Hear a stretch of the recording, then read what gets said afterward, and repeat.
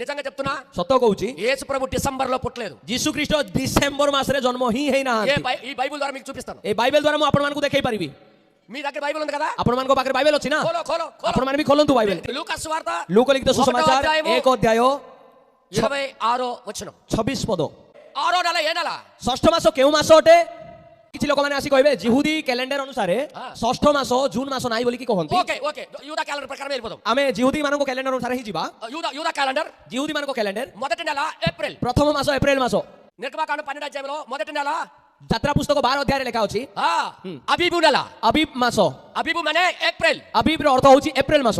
Hello బైబిల్లో రాయబడింది నెలలు నిండిన తర్వాత పుట్టాడని।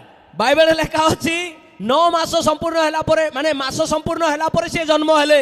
మరి సెప్టెంబర్ నెలలో కడుపులో పడితే ଯଦି ସେପ୍ଟେମ୍ବର ମାସରେ ଯଦି ଗର୍ଭ ରହିଲା सितंबर अक्टूबर नवंबर दिसंबर 3 महीने में पैदा हो गया। ଯଦି ସେପ୍ଟେମ୍ବର ମାସରେ ଗର୍ଭ ରହିଲେ ତାହେଲେ 3 ମାସରେ କ'ଣ ସେ ଜନ୍ମ ହେଇଗଲେ? ମା ମାନେ ଜାଣିଛନ୍ତି କେତେ ମାସରେ ଛୁଆ ଜନ୍ମ ହୁଏ? झूठ झूठ କମ୍ପ୍ଲିଟଲି ଏଟା ସମ୍ପୂର୍ଣ୍ଣ ମିଥ୍ୟା ଅଟେ। ମିଥ୍ୟା ଅଟେ।